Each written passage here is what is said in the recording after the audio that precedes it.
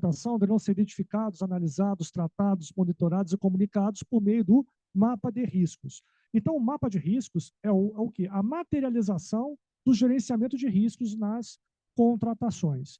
E, apesar do regulamento, né, dizer o que deve constar no mapa de riscos, a metodologia está disponível na intranet de vocês, né, e foi uma metodologia desenvolvida pela Secretaria de Riscos aqui da Codevasf. Então, eu tenho que ter o quê? O objeto, o objetivo a ser alcançado, quem é o gestor de riscos, a ordem de criticidade, né, a critério do gestor, eventos identificados, causas e consequências, controles existentes, impacto, probabilidade, classificação, resposta ao risco e o plano de tratamento. Então, o nível de maturidade hoje da Codevasf está muito bom, porque vocês já têm disponível essa metodologia muito bem definida aqui na intranet. O gerenciamento de risco deverá ser realizado em todas as fases e será conduzido pela equipe de planejamento de contratações durante o planejamento, né? E pela equipe de fiscalização de contratos durante a fase de gestão contratual. Então, a gestão de riscos, ela não fica engessada somente na fase de planejamento. O risco deve ser gerenciado durante todo o processo. Até mesmo porque fatores de riscos desconhecidos, eles podem surgir na execução de um determinado contrato, né, que vai ter que ser tratado e vai servir também de base para as contratações futuras também. Minutas padrão de termos de referência, editais e contratos. Mais uma vez, a lei das estatais não fala em obrigatoriedade de ter minutas, né? Isso depende de como está regulamentado, mas a gente sabe que a administração pública federal tem uma série de minutas já desenvolvidas pela AGU, a nova lei de licitações exige, né, a existência de minutas nos processos licitatórios da administração direta, das autarquias, e é claro, né, mais uma vez, né, mais cedo ou mais tarde, esse nível de exigência vai recair sobre as estatais também. E é uma boa prática você ter minutas. Por quê? Quando há uma minuta de um contrato, uma minuta do edital, evita o copia e cola de arquivos anteriores, então tem aquela minuta enxuta, onde vai se enquadrar com a minha necessidade. Mas, por outro lado, e outro aspecto importante é o seguinte, apesar dessas minutas já terem passado por uma análise prévia do jurídico, isso não impede eu fazer ajustes na minuta para um determinado caso concreto. Então, o que vai acontecer? Eu faço aquele ajuste, eu faço o preenchimento da minha minuta no meu processo licitatório, e quando esse documento vai para a assessoria jurídica para fins de análise, isso facilita muito o processo de análise. Porque uma das coisas que o pessoal fala também, né, que além do gargalo estar na área de licitações, acaba muitas vezes a culpa caindo no jurídico também. O gargalo está no jurídico, o processo está tudo pronto, está resolvido. Já foi para o jurídico, né? Agora está com eles. Se atrasar, a culpa é deles. Então, esse é um problema sério que a gente passa, a questão dos gargalos, né? Na verdade, o gargalo ele fica circulando na organização. Aí sofre mais quem está nas etapas finais. Mas é fundamental a gente melhorar o processo, né, da melhor forma. E uma das maneiras de você melhorar o processo, quer dizer, agilizar, garantir celeridade e, ao mesmo tempo, qualidade das informações, é trabalhar com essas minutas. Para a contratação de obra ou serviço de engenharia, o procedimento de pesquisa de preço a ser realizado nas licitações deverá observar as determinações, né, contidas na Lei 13.303 e, subsidiariamente, no que couber nas disposições dos regulamentos e demais normativos internos, bem como o decreto 7983, né, de 8 de abril de 2013, que trata do CICRO ou SINAP. Então, nós temos na administração pública duas referências de preço, CICRO e SINAP, e eles são referências para as licitações de obras e serviços de engenharia. É claro que tem uma série de atividades que vocês desenvolvem nos contratos que não estão, né, nem no CICRO e muito menos no SINAP. André, eu vou ter que desenvolver, então, uma ficha de composição para determinado serviço? Sim. Quais são os cuidados que eu tenho que ter quando eu elaboro uma ficha de composição? A gente poderia passar o dia inteiro falando de orçamentação de obras, né? Mas toda vez que eu vou inserir uma ficha de composição nova ou fazer um ajuste numa ficha de composição já existentes, eu tenho que tomar os devidos cuidados, porque são nesses serviços em que o Tribunal de Contas, a CGU, coloca a lupa para verificar possíveis erros. Na licitação lá da obra da FIOL, nós fizemos 2 ajustes, né, de precificação de serviços que existem no ciclo, mas tendo em vista as características específicas de obra ferroviária, nós tivemos que ajustar. Então, a velocidade média na distância de transporte em caminho de serviço, que no ciclo previa 40 km por hora, nós ajustamos para 30 km por hora. Por quê? Porque, diferente de uma obra rodoviária, né, uma obra ferroviária passa por muitas áreas onde não tem o caminho de serviço. Né? Uma obra rodoviária, eu posso usar parte do leito estradal para transporte material. Numa ferrovia, não. Então, a velocidade média nesse tipo de obra é menor. E quando nós fizemos o ajuste, é claro, né, que a CGU bateu na gente. Por quê? Porque eu estou adotando, né, um modelo de composição diferente do ciclo. Como é que eu me preservo? Eu justifico bem esse ajuste. Então, se há necessidade de fazer ajuste nas composições existentes do ciclo de SINAP ou inserção de novas composições, eu tenho que ter um cuidado redobrado na justificativa dessas mudanças de composição.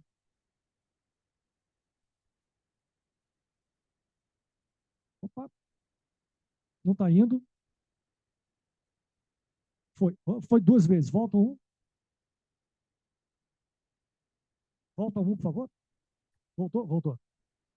Para aquisição de bens e contratação de outros serviços, né, observar os seguintes parâmetros e atender a normativa interno próprio também.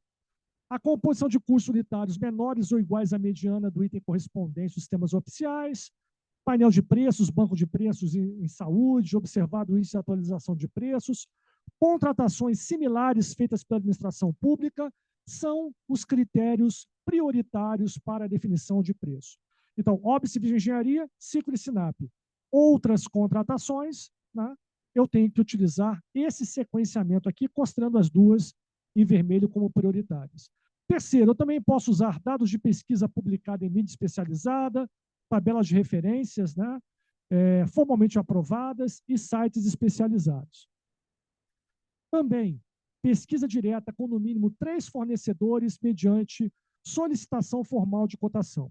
Pessoal, mesmo que seja licitação de obra, se eu vou montar uma composição nova, com insumos não existentes do ciclo de SINAP, eu tenho que fazer cotação de preços. E um dos pontos mais sensíveis em precificação é a cotação. Por quê? Pessoal, imagina, você é dono de uma empresa que fornece cimento. Aí vem um órgão público que pede para você uma cotação para 10 mil sacos de cimento. Você, empresário, sabe que um órgão público não vai contratar diretamente de você. O que ele vai fazer?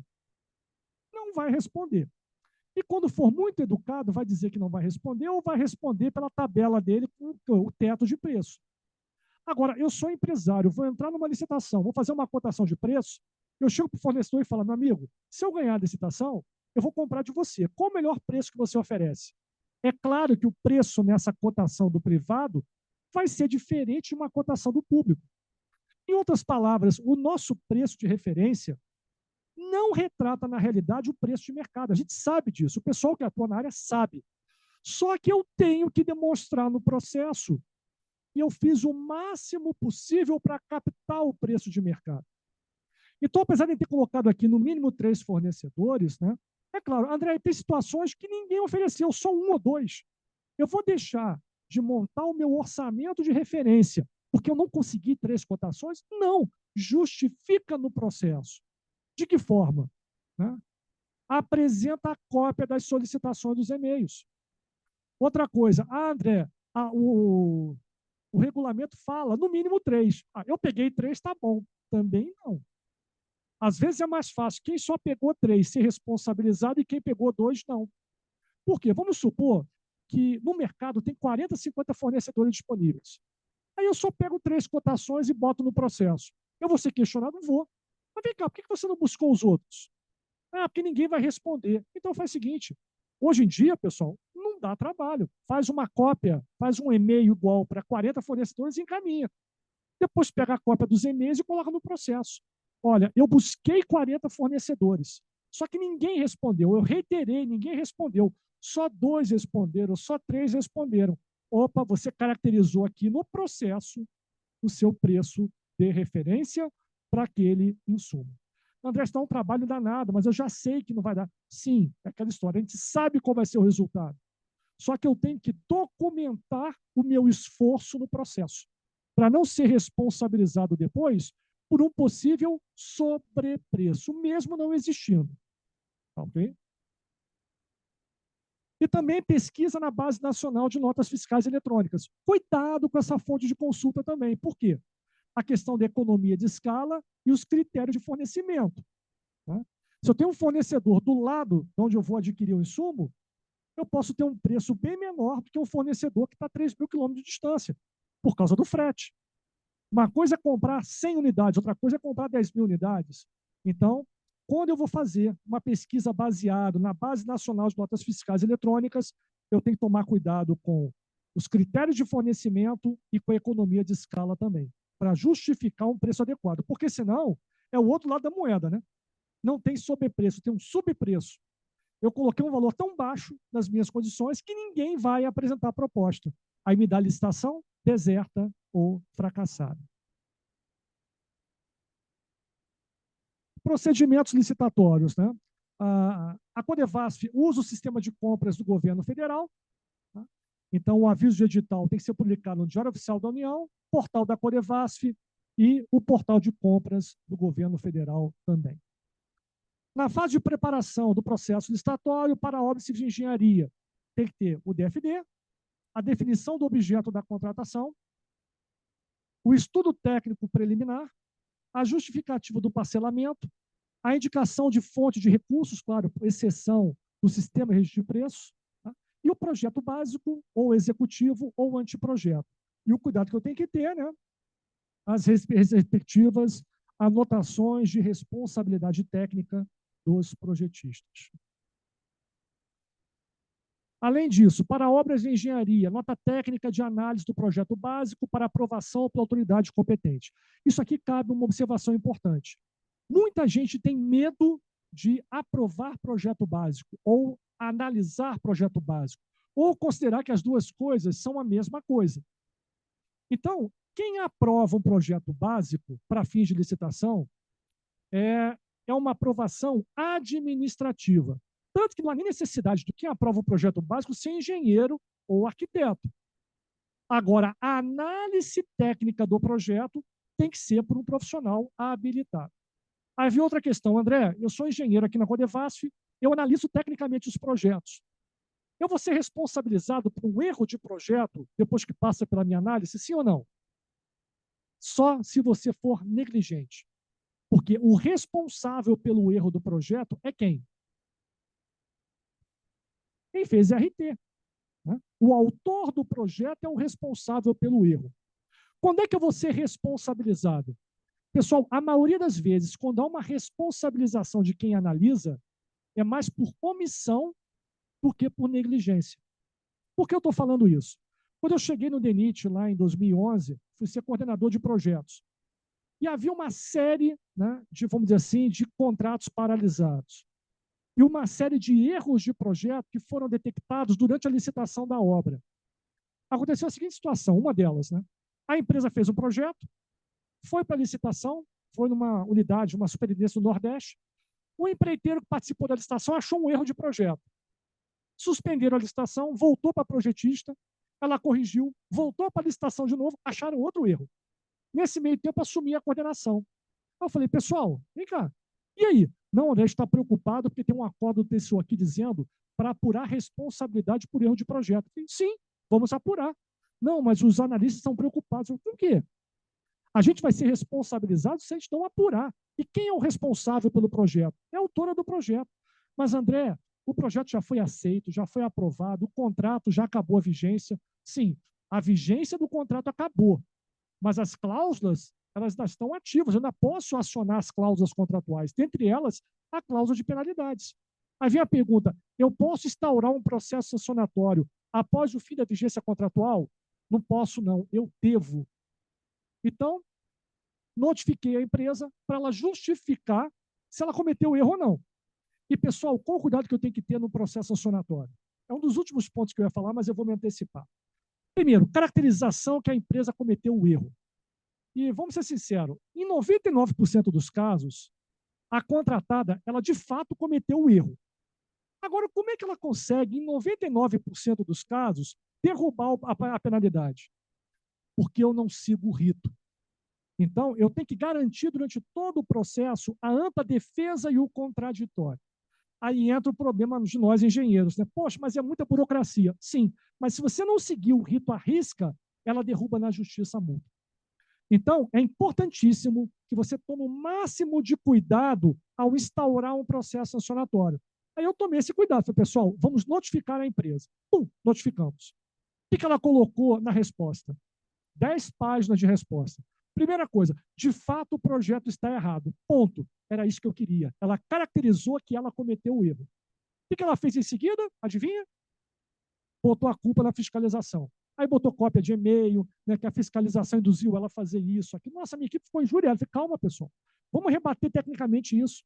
Agora, ela fez o que eu queria que ela fizesse. Pô, botar a culpa na gente? Não. Ela assumiu que está errado o projeto. E ela é autora do projeto. Aí descaracterizamos, né, que a culpa era da fiscalização. Aí foi para o diretor setorial, que tinha atribuição de aplicar a penalidade.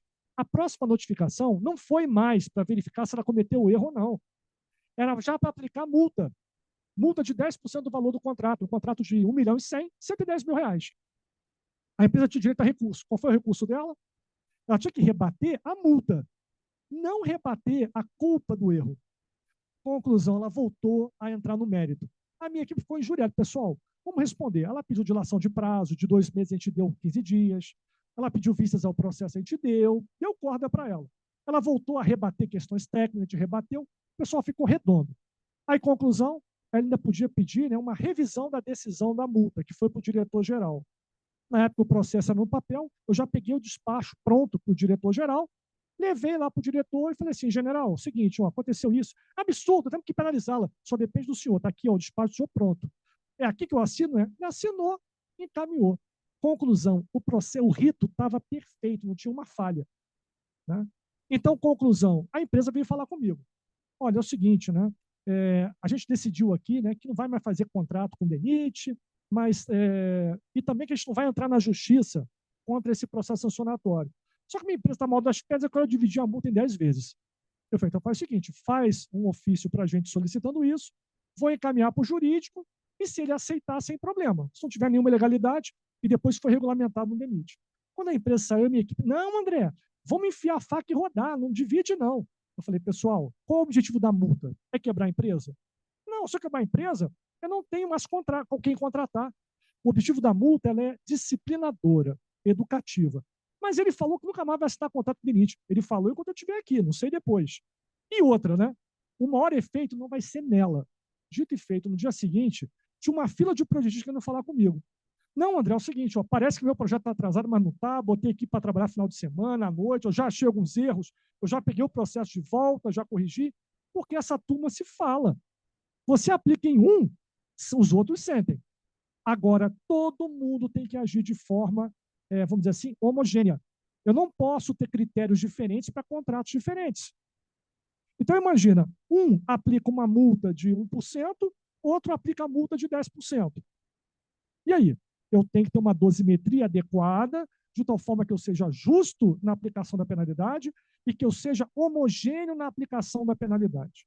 E outro detalhe, todo mundo tem que trabalhar da mesma forma, porque se um pisar na bola lá na frente, o pessoal voltou ao que era antes. Não precisa se preocupar não, que ninguém mais vai ser penalizado. Ok? Então, achei importante fazer esse parêntese aqui. A gente vai falar mais adiante, né, do processo sancionatório. O rito ele não está detalhado no regulamento, por quê? Mas é importante que haja, né, um normativo detalhando de forma adequada o procedimento para todo mundo seguir da mesma maneira.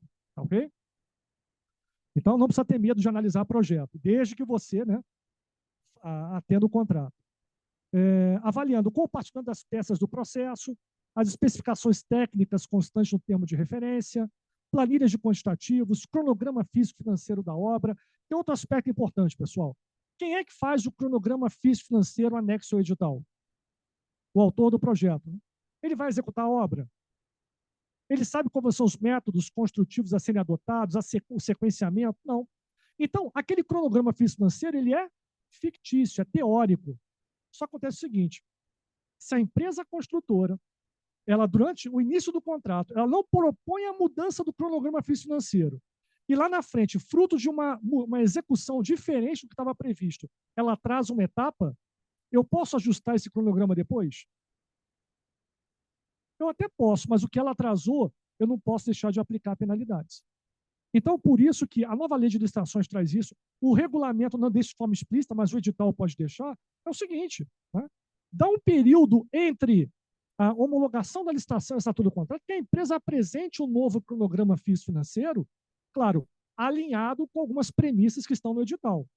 Ele pode apresentar um novo cronograma? Pode, desde que não extrapole o prazo de execução, que mantenha a programação orçamentária alinhado com o cronograma financeiro. Isso quer dizer o seguinte, eu tenho uma obra de 10 milhões, 5 milhões esse ano, 5 milhões ano que vem. Aí me bota no cronograma 6 milhões esse ano. Não, né? Porque senão eu não vou ter disponibilidade orçamentária para executar o cronograma contratual. E o terceiro, né, na linguagem de engenheiro, não deixar ele antecipar o filé e postergar o osso. Porque quando ele tem liberdade de ajustar o cronograma, ele vai tentar executar os serviços que são mais fáceis para ele, que vai dar maior retorno, e deixar o osso para o final, porque se houver uma rescisão contratual, né, esse osso fica para o remanescente. Então, tomando esses cuidados, né, não tem nenhum problema em haver esse ajuste no cronograma físico-financeiro. Para serviços de engenharia, nota técnica sobre os serviços que serão contratados, avaliando compatibilidade de peças de processo com os elementos mínimos, especificação técnica, planilhas, cronograma físico-financeiro também. A aprovação do projeto básico pela autoridade competente, lembrando que essa aprovação é administrativa, vai ter que ser feita baseada numa análise técnica do projeto, termo de referência e o código CIASG para cada item a ser licitado. Além disso, o orçamento detalhado com ART do autor desse orçamento. Uma coisa que muitos órgãos fazem é o seguinte, quando contratam um projeto, a empresa faz o projeto, mas o responsável pelo orçamento é um servidor ou um empregado público. E é uma prática que considero interessante. Por quê? Boa parte dos achados de auditoria estão relacionados não à concepção do projeto, mas sim ao orçamento. Então, por exemplo, lá no Ministério Público Federal, o que a gente fazia? Contratava o projeto, a empresa apresentava o projeto completo, com todos os serviços levantados e seus quantitativos. Mas quem fazia o orçamento era o servidor da MPF. Então, ele verificava os quantitativos, se estavam ok, se estavam correlacionados com a especificação técnica, pegava o SINAP na edificação, né? E fazia o orçamento de referência. Tá? Então, é uma prática que alguns órgãos adotam. André, a gente cobra da empresa, inclusive, o orçamento. Então, na hora que for analisar o projeto, dá uma atenção muito especial ao orçamento que a empresa contratada fez. E vai conter no mínimo o quê? Database, planilhas, composições de custos, mapa de cotação, quadro de detalhamento do BDI, quadro de detalhamento dos encargos sociais, né? E a declaração expressa do autor quanto à metodologia utilizada, indicação de fonte de pesquisa, database do orçamento, dentre outras informações técnicas do orçamento. Além disso, cronograma de execução com as etapas necessárias à medição, licenciamento ambiental ou dispensa do licenciamento, verificação da liberação, ocupação, utilização, aquisição ou desapropriação de bens públicos ou particulares, minuta do instrumento convocatório, minuta do contrato e ata de designação da comissão de licitação. Cuidado em relação a áreas públicas e privadas, ainda mais que vocês atuem em obras, né, fora da sede. O que aconteceu na Valec, num dos contratos? A empresa instalou um canteiro, né, um depósito de insumos numa área privada e pagava aluguel. Só que esse depósito de insumos nada mais era do que os dormentes da ferrovia. Ele produziu todos os dormentes e estocou lá. O contrato foi rescindido e nós ficamos, né, com um pepino na mão. O quê? Os dormentes, para serem mudados de um lugar para o outro, o custo desse deslocamento, né, dessa logística, era de R$2 milhões. E o aluguel do espaço físico era de R$10 mil por mês. Aí o que aconteceu? A empresa entrou na justiça porque ela estava pagando aluguel e a Valec, né, se recusando a assumir aquela área. Aí eu cheguei, não, pessoal, a empresa tem razão. Por mais que ela tenha cometido falhas na execução do objeto, né, A gente autorizou ela, na época, a alugar um espaço físico. Agora, como é que a gente vai resolver o problema? Bem, a empresa, no acordo jurídico, na justiça, ela falou o seguinte: olha, eu abro mão do que eu paguei de aluguel nos 2 últimos 3 anos, desde que a Valec assume a partir de agora o aluguel. Aí qual foi a nossa contrapartida? Olha, vamos fazer o seguinte: a gente paga o aluguel em juízo durante 6 meses e depois a gente assume. Por quê? Porque a gente estava fazendo a concessão desse trecho da rodovia. Quer dizer, ia passar o problema para o privado. Só que é o seguinte, ficamos numa sinuca de bico, porque se a concessão não tivesse êxito, teríamos que resolver esse problema de outra maneira. Sendo que havia normativo, o Ministério da Economia proibindo o aluguel, né? O custo para transportar esse material não tinha recurso disponível. E aí? Então, a gente tomar esses cuidados, né, na hora que for definir o canteiro. Para compras e outros serviços, DFD, definição do objeto, estudo técnico preliminar, justificativa da vantagem da disposição do objeto de licitações em lotes ou parcelas. Então, é importante porque, para atender o princípio, né, da economia, atender a economia de escala, é interessante que eu tenha muita quantidade, mas isso pode ser uma restrição à participação de licitantes. Então, eu divido em lotes. Indicação da fonte de recursos, claro, com exceção do registro de preço, especificações técnicas do bem ou serviço, termo de referência, código CIASG e orçamento de referência contendo planilhas de quantidades e preços unitários com definição da data mês de referência. Integra um instrumento convocatório como anexos o TR, anteprojeto, projeto básico executivo, né, dependendo se é obra civil, engenharia ou não, a minuta do contrato, a minuta da ata de registro de preços, quando for registro de preços, a código de nível de serviço, quando ocorrer, especificações complementares e matriz de riscos, quando for o caso, nós já falamos, né, antes do intervalo, sobre ela. Além disso, no caso de obras de engenharia, o instrumento convocatório deverá conter o quê? O cronograma de execução, com etapas necessárias à medição, qual o cuidado que eu tenho que ter quando eu parto para a contratação integrada em relação aos outros regimes? Nos outros regimes, apesar, né, com exceção do preço unitário, preço global, empreitada integral, semi-integrada, eu tenho o valor das etapas que são calculadas de que forma? Eu pego a quantidade de serviços a serem executados naquele período, naquele mês, multiplico pelos preços unitários e chego no valor da etapa. Na contratação semi-integrada, nem sempre isso vai poder ocorrer. Por quê? A precificação de determinados serviços não se dá de forma de quantitativos. Pode ser estimado, pode ser paramétrico. E outro aspecto importante, na contratação integrada, assim como na semi-integrada, quando tem mudança de solução, eu tenho que ajustar esses valores de etapa à forma como a empresa vai executar e a solução dada pela empresa. Exemplo, na área rodoviária, que é a minha área, na área de vocês eu tenho um pouco de dificuldade. Vamos supor que em determinado trecho eu previ a execução de um aterro, mas a empresa fez um ajuste de traçado e para ela ficou mais viável fazer um viaduto. O viaduto é melhor para a gente, porque atende melhor as questões ambientais, e não foi colocado no anteprojeto, que a princípio custará maior. Vou aceitar a mudança? Vou. Como é que eu vou pagar? Porque estava previsto naquele trecho aterro e agora é viaduto? Então, eu tenho, no mínimo, fazer alguns ajustes no critério de medição, né, quando surge uma nova solução, diferente daquela solução de anteprojeto. Condições para antecipação de pagamento. A lei das estatais não fala nada.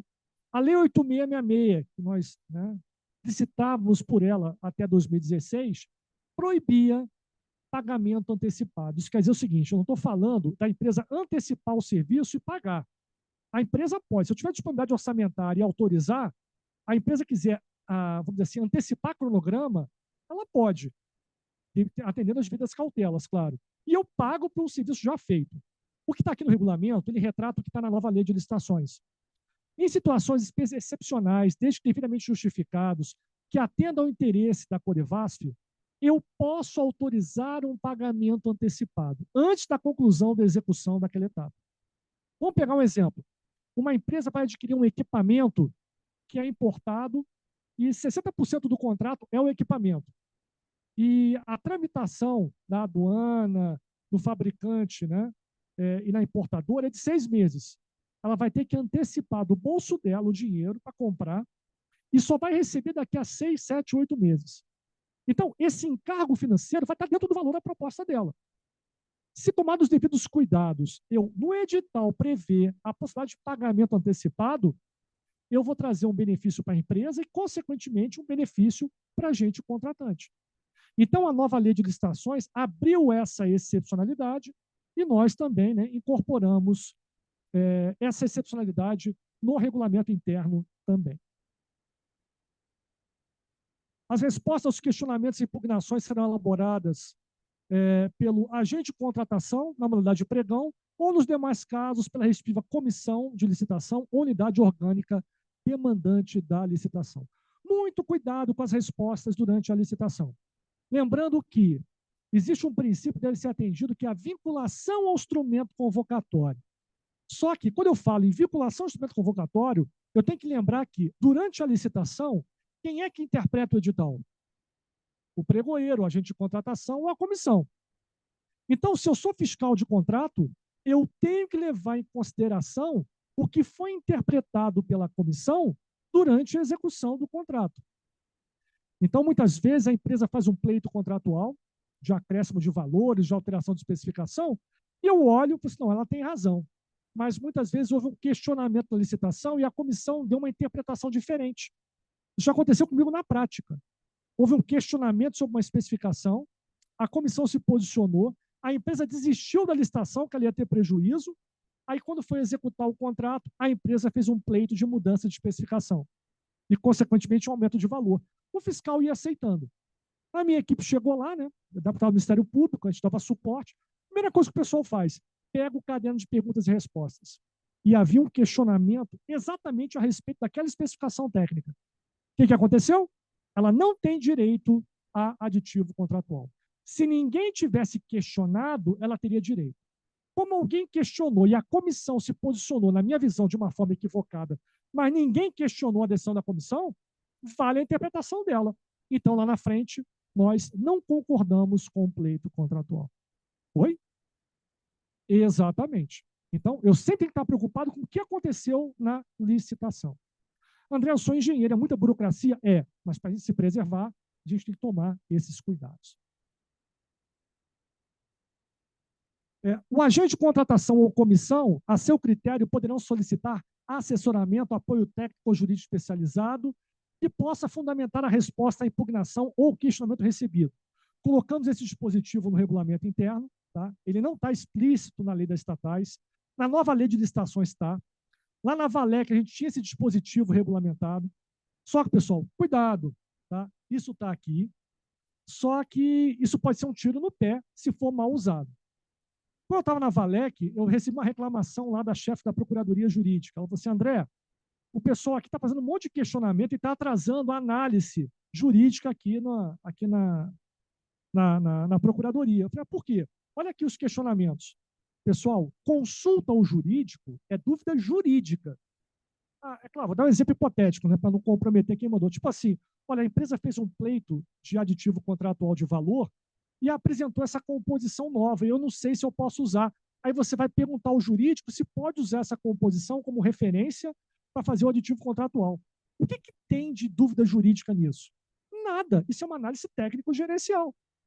Então, a dúvida jurídica tem que ser esclarecida. E é interessante que, né, o agente de contratação ele tem acesso ao jurídico para sanar essas dúvidas.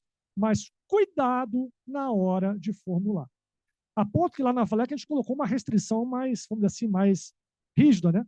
Eu acertei com os diretores. Agora, qualquer consulta ao jurídico tem que passar por uma análise prévia da assessoria do diretor setorial e quem vai definir a prioridade é o diretor-presidente. Então, a gente colocou uma regra mais rígida porque estava uma coisa assim, qualquer dúvida que o fiscal tinha, ele encaminhava para o jurídico. E 90% das dúvidas não eram dúvidas jurídicas. Tá ok? A condução da licitação, o agente de contratação, empregado, servidor de cargo efetivo cedido ou em exercício da Codevasf, designado pela autoridade competente para processar e julgar as licitações da empresa. O termo agente de contratação para pregoeiros e membros de comissão tem como objetivo, pessoal, alinhar com a terminologia adotada atualmente, né, pela administração pública federal. Então, como nós seguimos vários normativos, regulamentos da esfera federal, para evitar problema de conflito, né, de nomenclatura, nós procuramos, na medida do possível, adotar algumas nomenclaturas que estão sendo adotadas pelo governo federal. Por isso que, em vez de comissão ou de contratação, né, a gente colocou o termo agente de contratação. Questionamentos, impugnações e alterações ao instrumento convocatório. Então, qualquer cidadão pode impugnar o edital, né? E o prazo é de 5 dias úteis, e responder a impugnação em até 3 dias úteis. Pedido de esclarecimento ao instrumento convocatório. Deverão ser enviados um prazo mínimo de até 3 dias úteis ou até 5 dias úteis. André, e se chega um pedido, um recurso, uma impugnação fora do prazo legal? Eu aceito ou não? Pessoal, por isso que requer uma tomada de decisão do agente de contratação. Eu sou pregoeiro habilitado, mas nunca exerci a atividade de pregoeiro. Tá? Eu já fui de equipe de apoio, eu já fui presidente de comissão de licitação, já fui fiscal técnico, já fui gestor de contrato, já acumulei as atribuições de fiscal e gestor, já fui OD, e entendo perfeitamente a dificuldade que o pessoal tem, né, em conduzir um processo. Agora, eu sou presidente de uma comissão, eu sou agente de contratação. Faltando um dia para a abertura, eu recebo um pedido de impugnação por causa de uma ilegalidade no processo licitatório. O que eu faço? Eu olho. Falei, peraí, realmente, ele tem razão. Houve uma falha no edital, isso vai comprometer todo o processo licitatório. Eu vou chegar e não vou fazer nada? Sim. Eu, André, né, eu suspendo a licitação e sando vício. Não atendendo ao pedido de impugnação do cidadão, mas de ofício. Né? Eu observei, houve uma falha a qualquer momento, eu faço a suspensão do processo licitatório e eu sano o vício. Tá ok? Então, a legislação é bem clara, dá os prazos, né, que devem ser atendidos, mas se alguém apresentar uma impugnação tempestivamente, aí é boa prática, né? Eu leio, se tiver razão, aí eu tomo a minha decisão de suspender. A apresentação das propostas, os prazos mínimos, né?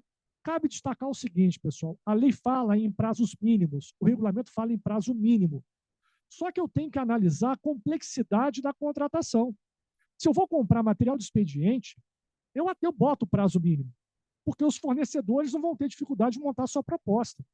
Agora, eu vou fazer uma licitação complexa de um sistema de TI, eu vou fazer uma licitação complexa de uma obra, né, uma contratação integrada, né, que envolve uma série de complexidades envolvendo logística, envolvendo aquisição de equipamentos, e eu estou vendo que o prazo mínimo previsto não é suficiente para as empresas elaborarem uma proposta consistente. O que eu faço? Eu aumento esse prazo. Por isso que é importante um planejamento adequado das contratações. Porque se eu não planejo, não, eu estou em cima do laço, eu recebi essa demanda aqui, vou botar o prazo mínimo, porque aí eu consigo compensar, né, vamos dizer assim, uma falha de planejamento lá atrás. Tem tudo para dar errado. Tá, okay? Aí você vai perder muito mais tempo se a licitação der deserta ou fracassada. Ou qual é a outra terceira situação que pode acontecer, que é a pior de todas, além de deserta ou fracassada? Um aventureiro aceitar as condições que estão no edital e lá na frente dar trabalho para fiscalização, porque ele não vai conseguir atender a execução do objeto. Aí o prejuízo é muito maior do que uma licitação deserta ou fracassada. Tá? Então, sempre pensam, tem 3 consequências: licitação deserta, fracassada e a pior de todas, um aventureiro entrar, aceitar as condições, ganhar e depois você não conseguir a execução do objeto. Contratação direta. Oi? Só em outras, né? Não vai valer. Aqui não, aqui não, aqui não. Agora o resto do mundo, né? O procedimento licitatório. Agora, pessoal, é o seguinte: pressão tem. Né? André, você lá na presidência, você não sofria pressão, você é amigo do Tarcísio. Por ser amigo, eu recebia maior pressão do que os outros. Tá? Então, a pressão política, ela vem. A pressão da sociedade vem. Né? Isso faz parte do nosso jogo aqui na administração pública. Então, por isso que eu tenho que trabalhar com planejamento e me antecipar à pressão. Tá? O procedimento licitatório não será aplicável em que situação? Né? A questão da dispensa de licitação. Comercialização, aliás, não se aplica a licitação. Comercialização, prestação e execução de forma direta pela Codevasf de produtos, serviços ou obras especificamente relacionadas com seu objeto social. André, então eu estou precisando fazer uma dragagem no Rio São Francisco, eu não preciso licitar, né? Claro que precisa, né? Então, a gente colocou essa brecha no regulamento de licitações, mas isso aqui tem que ser regulamentado de uma forma adequada para não caracterizar irregularidades nas contratações. Tá? É uma estatal, o que atende esse objeto social, eu tenho flexibilidade, né, em não aplicar a licitação, mas isso tem que ser regulamentado. André, por que não detalhou isso no RIUC? Porque senão o RIUC ia ser maior do que a Bíblia. E ninguém ia ler. Então, é importante que o regulamento ele seja um norteador. Agora, eu vou até um certo nível de detalhe. Eu abro a porta para uma regulamentação específica. Aí a área que necessita desse dispositivo para fazer uma contratação sem licitação, normatiza o processo, traz conforto para os tomadores de decisão e executa essa contratação. Assim também como a questão que envolve oportunidades de negócio. Agora vamos lá, na dispensa de licitação. Eu não vou citar todos, né? Então, até porque são os que estão na lei, a gente colocou para reforçar, porque é um ponto sensível, dispensa inexigibilidade. Porque, lembrando, a regra é licitar. Não licitar é exceção à regra. Se é exceção à regra, eu tenho que tomar os devidos cuidados para não ser responsabilizado. O que houve de evolução aqui? A gente ajustou os valores, né, do limite de dispensa por valor, 130 mil para obra civil de engenharia e 65 mil para compras e outros serviços. Foi colocado aqui um dispositivo que esses valores serão atualizados, né, podem ser atualizados anualmente, baseado, né, em decisão do Conselho de Administração. E outro ponto sensível é a questão das situações de emergência e urgência. Então, muito cuidado, por quê? Eu já assinei vários processos de contrato emergencial. Qual o cuidado que eu tenho que ter quando eu uso esse dispositivo regulamentar para a contratação por dispensa? Caracterize no processo que não houve falha gerencial. Você não pode ter dado causa à situação emergencial. Então, vamos supor, eu tenho uma programação de manutenção, né, predial, e não tomei o cuidado devido. Deixei, foi protelando, aí estourou um cano e eu não tenho o contrato de manutenção predial porque deixei engavetado ele. Ah, mas está causando dano ao patrimônio da Codevasf. Então, um contrato emergencial contrato emergencialmente por dispensa de licitação. Aí vem a auditoria e fala, mas peraí, cara, está 1 ano o processo de contratação de manutenção parado na tua gaveta. E aí? Isso caracteriza o quê? Negligência. Falha de gestão. Então, cuidado, deixe claro no processo que não foi fruto de falha gerencial o contrato emergencial. Será exigível a licitação quando houver inviabilidade de competição? Bem, a questão da inexigibilidade de licitação, a lei cita 3 exemplos, tá? E diferente da dispensa, a inexigibilidade, ela se enquadra quando houver inviabilidade de competição. Isso quer dizer o seguinte, se eu tiver uma situação específica que não esteja elencada nesse rol de hipótese, mas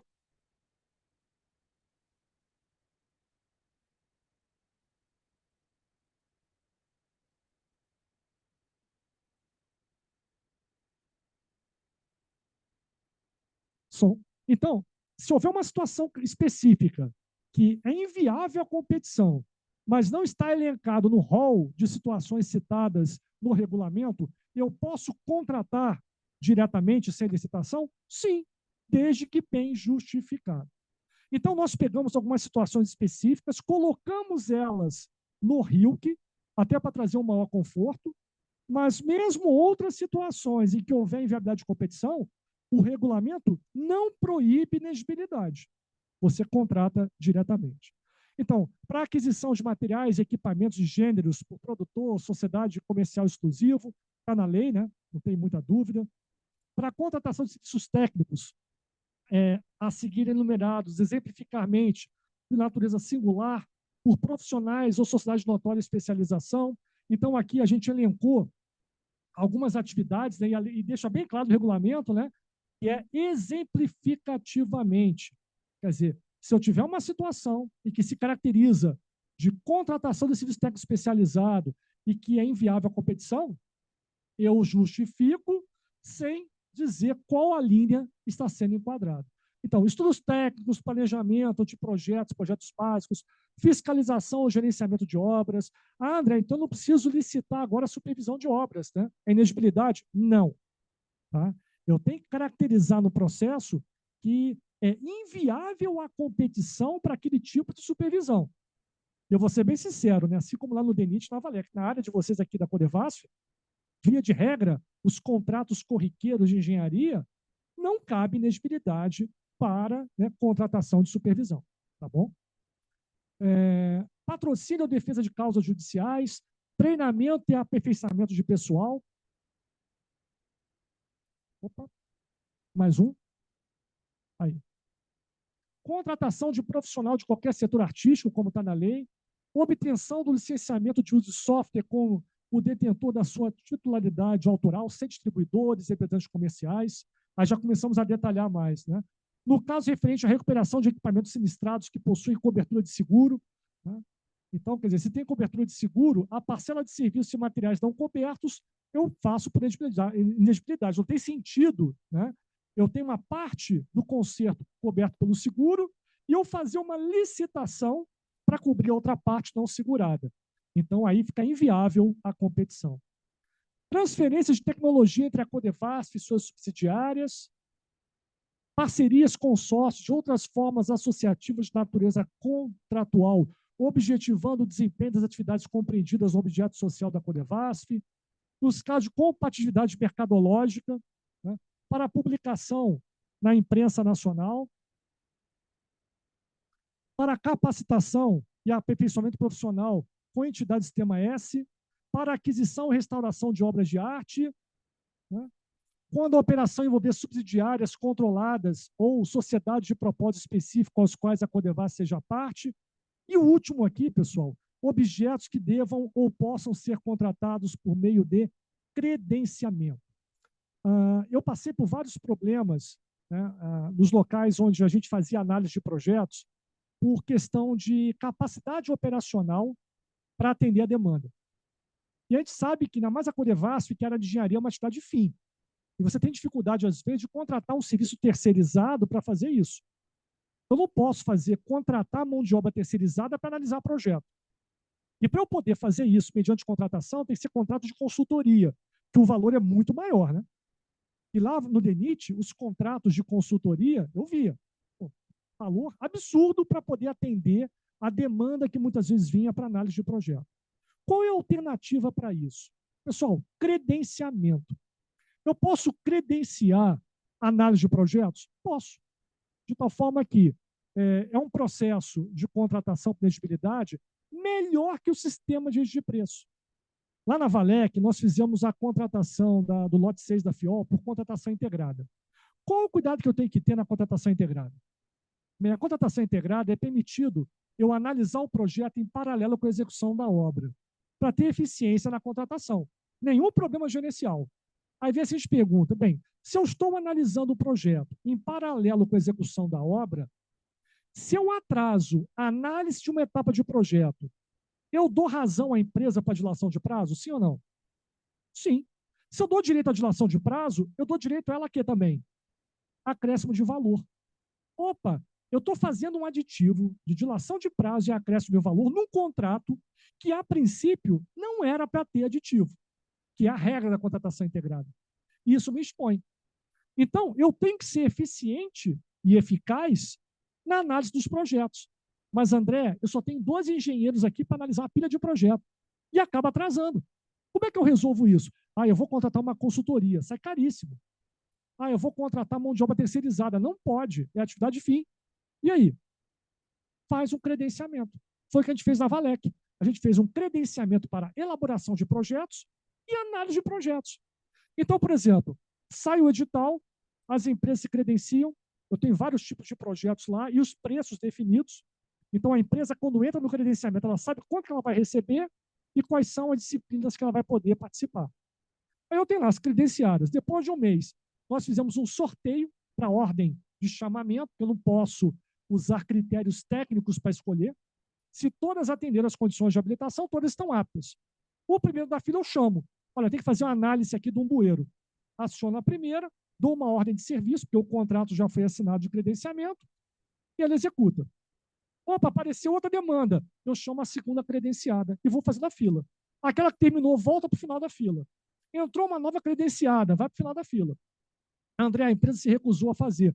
Eu defino um critério para descredenciamento. A empresa pode existir 2 vezes consecutivas ou 3 vezes não consecutivas. Eu posso fazer um pacote de projetos para ficar mais atrativo. Né? E com isso eu vou fazendo as análises de projeto. E outra coisa, a empresa analisou mal, pisou na bola, eu tenho prazo, eu notifico ela, aplico penalidade e, dependendo do edital, eu posso descredenciá-la. E, ao mesmo tempo, eu chamo a outra que está na fila. Então, quer dizer, eu consigo atender o fluxo, atendo a demanda, sou ágil para poder tirar as empresas ruins, porque se ela trabalhou mal, descredencia, e você resolve um problema. E até hoje o pessoal está adotando esse edital lá no DENIT, está disponível ainda. São 2 editais e o contrato de credenciamento ainda estão vigentes. Então, quem quiser depois fazer lá no site, agora é InfraSA, né? Tem lá, né, o edital completo de credenciamento, que é uma excelente ferramenta. Então, nós incorporamos o credenciamento no regulamento. E a partir do artigo 108, a gente regulamentou, né? Claro, não de uma forma detalhada, até para haver uma certa flexibilização, né?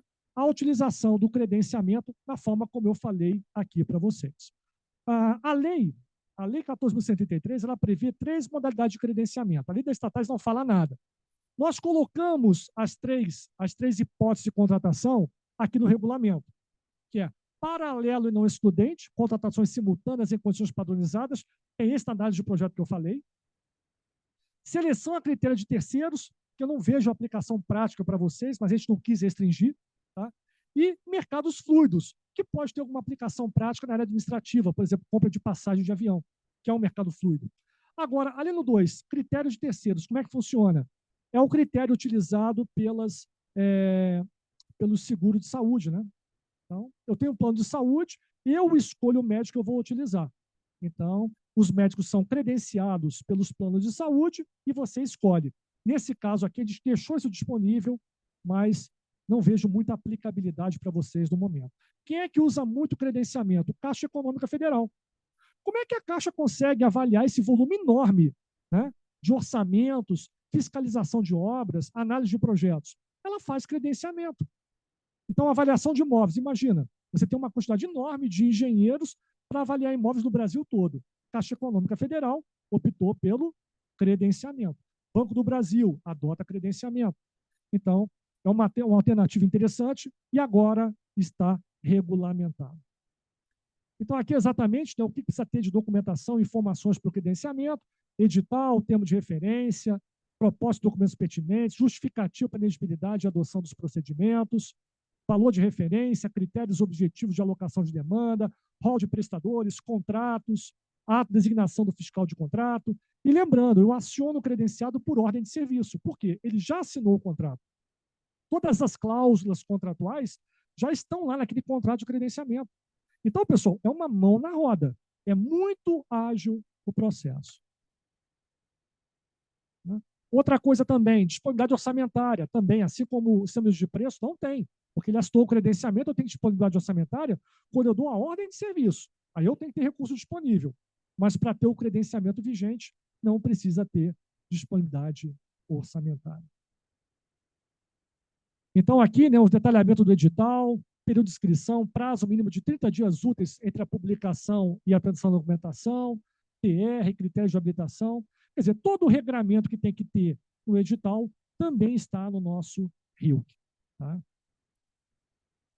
Ó, a validação do credenciamento é até 1 ano, admitida a prorrogação por interesse da Codevasf. Então, você pode ir prorrogando indefinidamente. Então, foi colocado limites de prorrogação. A vigência dos contratos decorrentes do credenciamento não está vinculada ao prazo de vigência do credenciamento. Claro, se eu estou no último dia de do credenciamento, né, da vigência do credenciamento, eu assino uma ordem de serviço, aquele contrato tem vigência durante a execução do último objeto contratado por credenciamento. Assim como acontece na ata de preço. Né? O último dia da ata, eu dou baixa, né, eu posso dar continuidade naquele contrato, porque eu já dei baixa, já assinei contrato, então está desvinculado da vigência da ata. Uma coisa importante, a inscrição deve permanecer aberta durante toda a vigência do credenciamento, porque futuras empresas que estão interessadas em participar do credenciamento, elas podem se credenciar a qualquer momento. Procedimentos à contratação direta. O processo de contratação direta por dispensa ou inelegibilidade dependerá da exposição dos motivos pelo titular da unidade orgânica, né? Indicando a caracterização das circunstâncias, o dispositivo do regulamento interno aplicável, então ele está bem amplo, né? As razões de escolha do fornecedor, a justificativa do preço e outras informações. É claro que esse regramento é para dispensa ou inelegibilidade. Só cuidado é o seguinte, quando vocês vão fazer um contrato por inelegibilidade, onde só tem um único fornecedor ou prestador daquele serviço, ou mesmo que tenha as outras, mas tendo em vista as características daquele prestador, ele foi considerado o mais adequado para atender a necessidade da Codevasf, não façam cotação de preços. Porque se você faz cotação de preço para inelegibilidade, a pergunta que o auditor vai fazer é o seguinte, peraí, se você fez cotação de preço, é viável a competição. Se é viável a competição, por que você adotou inelegibilidade? Então, cuidado. Eu tenho outras formas de caracterizar o preço de referência, né? Então, a empresa pode apresentar notas fiscais, contratos semelhantes, né? Agora, fazer cotação de preço para chegar no acima de referência, né? Não dá. No caso de dispensa ou inelegibilidade, se comprovado pelo órgão de controle externo sobrepreço ou superfaturamento, responderão solidariamente pelo dano causado se houver decidido pela contratação direta quem tomou a decisão e o fornecedor ou prestador dos serviços. Então, é importante, numa negociação, explicar para a empresa, meu amigo, se o Tribunal de Contas julgar que houve sobrepreço na sua proposta, não sou eu que vou responder, não. Você também. Por que eu estou falando isso? A visão da iniciativa privada é o seguinte, olha, o cara me contratou por esse preço porque ele quis. Se ele pagou o dobro do preço que eu cobraria de outros, é problema dele. Entre contratos entre privados, ok. Quando o privado contrata com o público, a história é outra. Ele responde solidariamente por sobrepreço e, se for pago, por superfaturamento também. Então, é importante o fiscal, o gestor do contrato, ter isso na manga. Ou então o pessoal da equipe de planejamento da contratação tem isso na manga, o agente de contratação.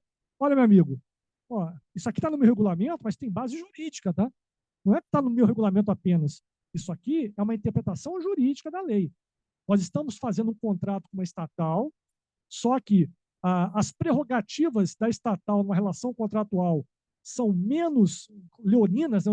As cláusulas são menos leoninas do que o contrato de administração direta, mas continua sendo um contrato público. E o interesse público tem que ser preservado. Ok? O sistema de rede de preços, né, praticado pela Codevasf, utilizar os princípios e diretrizes desse regulamento e reger-se-á pelo disposto em decreto do Poder Executivo. Tá? Então, nós vinculamos a isso até mesmo porque vocês adotam o sistema de compras do governo federal. E não tem sentido, eu falei no início, mas não tem sentido a Codevasf desenvolver um sistema eletrônico próprio. Ele é caro para ser implementado e caro para ser mantido. Então, o que nós fizemos? Nós adequamos o regulamento de tal forma que a gente consiga aproveitar os sistemas do governo federal. Outro aspecto importante é o seguinte, via de regra, uma estatal não poderia aderir a uma ata da administração direta e vice-versa. Por quê? Porque são regimes jurídicos diferentes. Na época da Lei 8.666, era a mesma lei para todo mundo. Agora, não. Nós temos a lei das estatais e nós temos a norma geral de licitações e contratos. E o que acontece? A administração pública tem algumas prerrogativas que a estatal não tem. Uma delas, alteração unilateral de contrato. Então, se eu vou entrar numa rede de preço onde tem uma minuta de contrato, eu tenho que obedecer o que está no edital. Imagina, a Codevasf entra numa licitação e tem lá, né, um edital onde a minuta diz que a empresa é obrigada a aceitar acréscimo e supressões de até 25%. Então, isso cria um conflito de legislação. Então, é claro, é possível ainda fazer isso. A gente colocou aqui uma brecha não, né, uma boa abertura no regulamento. Mas tem que tomar cuidado. Por quê? Por exemplo, compra com entrega imediata sem obrigação futura, nenhum problema. Não vai ter uma relação contratual amarrada num contrato regido pela Lei 14.133, não tem nenhum problema. Tá? Agora, dependendo da situação, né, se houver conflitos, eu vou ter que verificar, né, se há possibilidade de fazer algum ajuste ou não no contrato que está previsto. Então, está aqui, ó. Ficará permitida a Codevasf aderir às atas geridas pela administração direta federal, autarquias e fundações públicas, desde que plenamente justificado e verificada a compatibilidade dos termos fixados no edital a que se pretende aderir ao regime jurídico da lei das estatais, justamente por causa disso. Tá? Será vedada a Codevasf a adesão de atas gerenciadas por órgão da administração pública municipal, distrital ou estadual, e será facultado aos órgãos da administração direta, tá? Municipal, distrital ou estadual, a adesão às atas da Codevasf. A gente colocou isso porque a gente sabe que a Codevasf tem vários planos de trabalho com prefeituras e estados. Para o federal, não dá. A gente manteve a restrição. Mas para estados e municípios, às vezes, os decretos estaduais e municipais flexibilizam e permitem, né, a adesão à ata da Codevasf. Então, tem uma série de contratos relacionados àquele plano de trabalho que a prefeitura não tem condição de licitar aquilo e que aderir a uma ata da Codevasf. Então, nós não criamos restrição no regulamento interno. Mas sempre esses dispositivos devem ser adotados com cautela. Tá? Então, a prefeitura, o governo estadual, tem regulamentação que permita isso?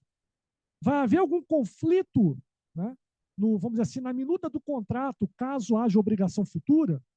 Não, André, a gente faz ata aqui justamente para atender municípios. Então, coloca um dispositivo no edital que preserve os municípios, né, ao aderir, de usar um modelo de contrato aderente à Lei 14.133. Mas aí tem que ver o seguinte, caso a caso, com assessoria jurídica, porque essa questão não é gerencial, não é técnica, é uma questão estritamente legal. Tranquilo? Por isso que foi colocado aqui que tem que ter um parecer favorável da assessoria jurídica e vai verificar no processo se tem algum impedimento legal, né, de adesão a essas atas. PMI, né, manifestação de interesse, também foi previsto aqui no regulamento. Tá? A manifestação de interesse ocorre de que forma? Algum interessado quer desenvolver um projeto em parceria com a Codevasf e quer apresentar esse projeto através de uma manifestação de interesse. Só que tem que tomar muito cuidado, pessoal, porque eu posso solicitar, né, ao mercado para fornecer essa solução, ou pode partir do privado diretamente. O que aconteceu com o Trem-Bala? Todos devem saber que o Trem-Bala foi um projeto, né, que não foi iniciado, mas houve um PMI.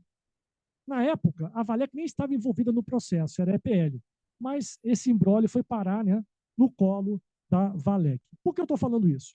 Uma empresa italiana, eu posso falar porque é público, né, até saiu no noticiário, uma empresa italiana, na época, entrou no PMI e apresentou um projeto para o Trem-Bala. O que aconteceu? Não saiu do papel. E a lei é bem clara.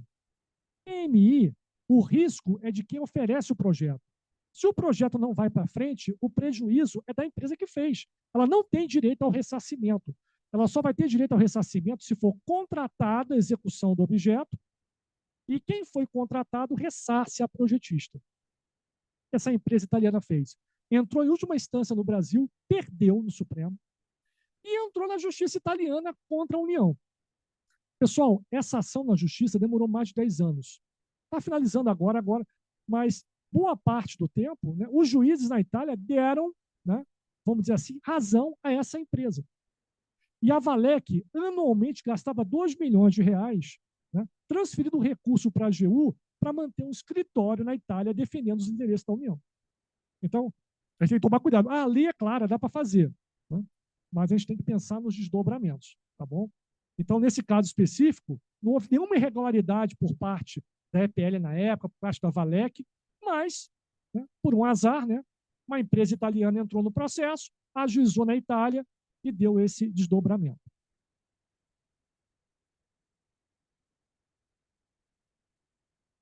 Da contratação. O contrato poderá ser dispensado nos casos de pequenas despesas de pronta entrega e pronto pagamento que não resultem em obrigações futuras.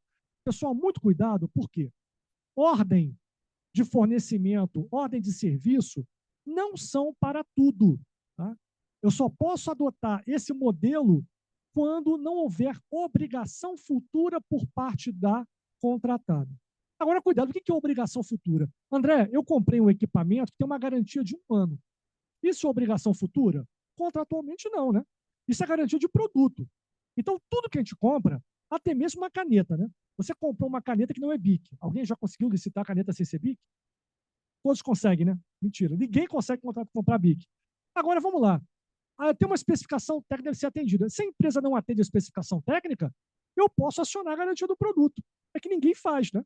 Mas eu posso. Uma caneta ou para um equipamento que custa 1 milhão, 2 milhões de reais. Então, essa obrigação futura é obrigação contratual. Por exemplo, eu comprei um equipamento com operação. Aí não, né? A empresa vai operar o equipamento durante um tempo. Isso é obrigação futura. Se eu só compro o equipamento com garantia, não tem obrigação futura, de acordo com o que está no regulamento. Se eu compro o equipamento como pré-operação durante 6 meses, uma operação assistida, aí tem obrigação futura. Então, eu não posso usar ordem de serviço ou ordem de fornecimento. Fica dispensada a elaboração de ETP e matriz de risco para os casos de compra de pronta entrega e pagamento previstas nesse artigo. Então, quer dizer, mais uma brecha, né, para não ser necessário ETP e nem matriz de riscos. E o prazo máximo de pagamento de compras de pronta entrega é de 30 dias, que está no regulamento. Na cláusula contratual referente ao recebimento do objeto, deverá constar que esse se dará da seguinte forma. Então, aqui a gente separou o recebimento provisório e definitivo para obras e serviços de engenharia e outros serviços e equipamentos. Por quê? Porque a forma de tratar é diferente. Então, se eu tenho obra, eu faço o recebimento provisório e o recebimento definitivo. O que é o recebimento provisório? É um recebimento técnico. A empresa executou todo o objeto conforme está especificado? Sim ou não? O que é o recebimento definitivo? É um recebimento administrativo. Ela atendeu a todas as condições do contrato. Tanto que, pessoal, aqui quem faz o provisório é a fiscalização. Quem faz o definitivo é um servidor ou comissão designada. André, precisa ter um engenheiro para fazer o recebimento definitivo de uma obra? Não, administrativamente não. Por quê? Porque todas as questões técnicas já foram sanadas no provisório. Tudo bem, aqui é casa de engenheiro. Provavelmente vai ter algum engenheiro na comissão. Mas é necessário ter um engenheiro? Não. No definitivo, não. No provisório, sim, porque vai ser o fiscal. E para compras e locação de equipamentos, eu vou ter o provisório definitivo. Só que o provisório é uma avaliação quantitativa e o definitivo é uma avaliação qualitativa. Então, por exemplo, chegou um equipamento aqui na sede da Codevasf, que vai ser guardado no depósito. Eu faço o recebimento do equipamento, olha, recebi o equipamento no dia tal, a caixa lacrada, coloco no depósito. Fiz o recebimento provisório. Agora, eu tenho que verificar se esse equipamento atende às especificações que estavam no contrato ou no edital. Aí, após essa verificação, eu faço o recebimento definitivo. André, e os serviços continuados? Eles não foram abordados no regulamento de forma direta. Mas serviço continuado não tem sentido fazer, ao final do contrato, recebimento provisório definitivo, né? A cada mês, quando eu faço a verificação do atendimento dos níveis de serviço previstos no contrato, eu estou fazendo, na medição, os recebimentos parciais. Outra questão que não foi abordada também no regulamento, mas na área de vocês pode ser interessante. Recebimento parcial. DENIT, eu tenho 50 quilômetros de obra pronta, falta 50 quilômetros. Não, eu não vou botar a pista duplicada para o usuário porque o contrato não está finalizado. Eu vou esperar 1 ano, 2 anos, concluir a obra toda para colocar a pista em uso? Claro que não, né? Senão todo mundo ia querer matar o pessoal do DENIT. Então, o que a gente faz? A gente coloca em uso. Se eu coloquei em uso, né, eu faço um recebimento parcial. Só que o regulamento não entrou nesse detalhamento porque são questões bem específicas. Mas nada impede que a área técnica, né, faça uma regulamentação específica para esses recebimentos parciais. Não tem nenhuma restrição no regulamento interno para isso. Constitui motivos, dentre outros, para a rescisão de contrato. Pessoal, a lei prevê que qualquer alteração contratual tem que ser em comum acordo com as estatais. Agora, a rescisão contratual, não. Então, é importante que esteja no regulamento e também esteja na cláusula contratual de rescisão todas essas condicionantes, de tal forma que eu tenha tranquilidade, caso haja um contingenciamento e corte orçamentário, eu faço uma rescisão contratual. Caso a empresa cometa penalidades, né, continuamente, eu também tenho a condição de rescindir unilateralmente esse contrato. Então, todas essas condicionantes já são de conhecimento de todos aqui, né? Mas eu coloquei tendo em vista a importância dessas condições. E importante também, claro, nos casos de rescisão contratual, deverão ser formalmente motivados nos autos, devendo ser assegurado o contraditório e o direito da prévia e ampla defesa. A rescisão poderá ser por ato unilateral, amigável ou judicial. A rescisão amigável deverá ser precedida de fundamentação técnica da unidade orgânica. Muito cuidado com a rescisão amigável. A empresa é ruim, já apliquei 3 multas nela, mas se eu for fazer uma rescisão unilateral, vou ter muito trabalho, vai ser difícil, ela já ameaçou que vai entrar na justiça, aí vou fazer uma rescisão amigável. Não. Se a empresa deu causa à rescisão unilateral, dentre um daqueles motivos que foram apresentados, eu tenho que fazer a rescisão unilateral e eu tenho que instaurar um processo sancionatório.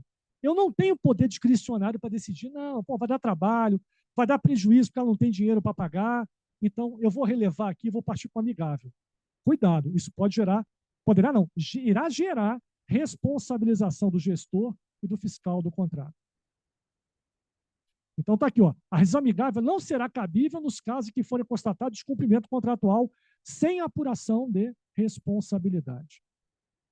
A rescisão deverá ser formalizada por meio de termo de rescisão, no caso de rescisão amigável, devendo o respectivo extrato ser publicado no Diário Oficial da União. A Codevasf terá o dever de indenizar o contratado pelo que este houver executado até a data final da execução dos serviços.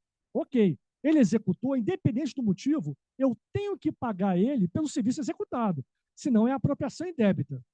Só que cuidado, por quê? E por outros prejuízos regularmente comprovados, contanto que seja atribuída a responsabilidade pelo ocorrido, promovendo-se a responsabilidade de quem deu causa.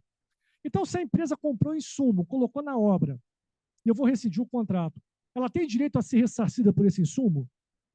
Depende. Se a rescisão foi unilateral, ela deu causa, não tem direito. A rescisão foi amigável, ela não deu causa, ela tem direito. Mas qual é o cuidado que eu tenho que ter como fiscal? Vamos supor que houve contingenciamento, houve corte orçamentário. Aí o que aconteceu? Olha, eu vou ter que rescindir esse contrato por interesse público.